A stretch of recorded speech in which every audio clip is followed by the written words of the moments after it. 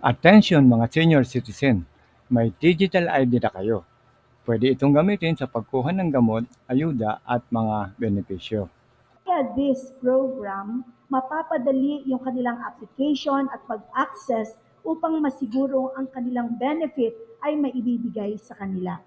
Madalas niyo bang makalimutan dalhin ang inyong senior's ID at minsan nasa butika ka na para bumili ng gamot o vitamins? Di niyo pala dala ang inyong senior citizen's ID card.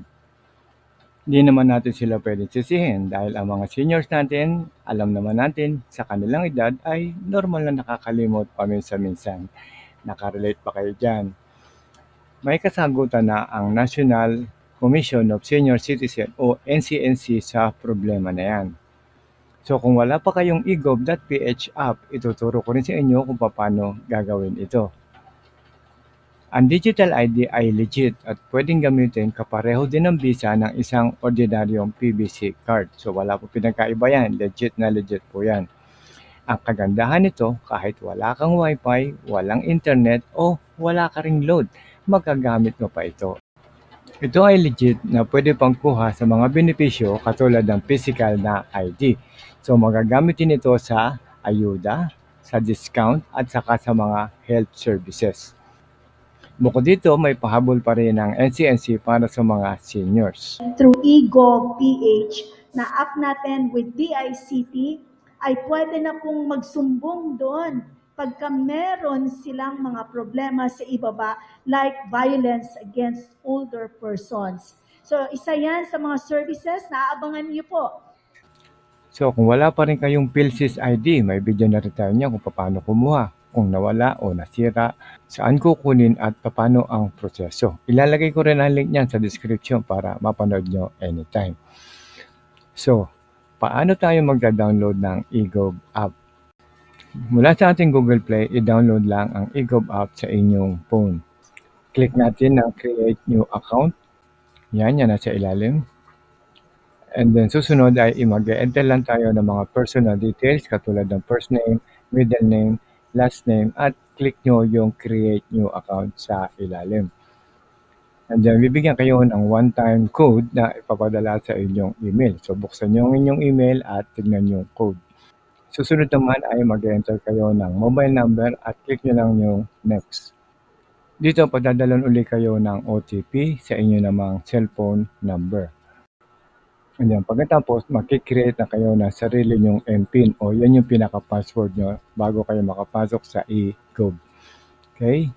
So, 2 beses nyo siya i-enter para makasiguro kayo at hindi nyo makalimutan. Yan yung password o MPIN.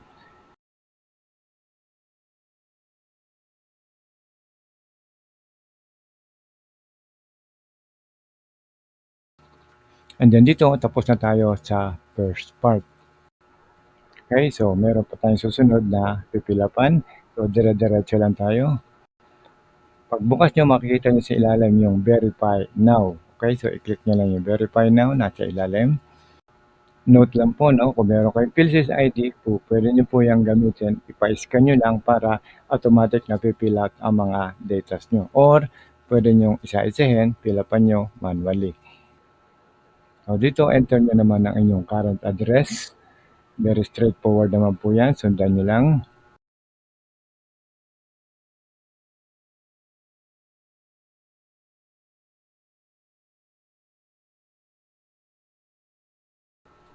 And then, confirm your information. So, ibibigay niya lahat sa inyo ang summary at po pwede nyo pa rin i-edit kung sakaling meron kayong pagkakamali. Ito naman ang isang exciting part. First time ko rin makakita ng add your signature. Okay, so dito po pwede tayo mag-add ng ating signature.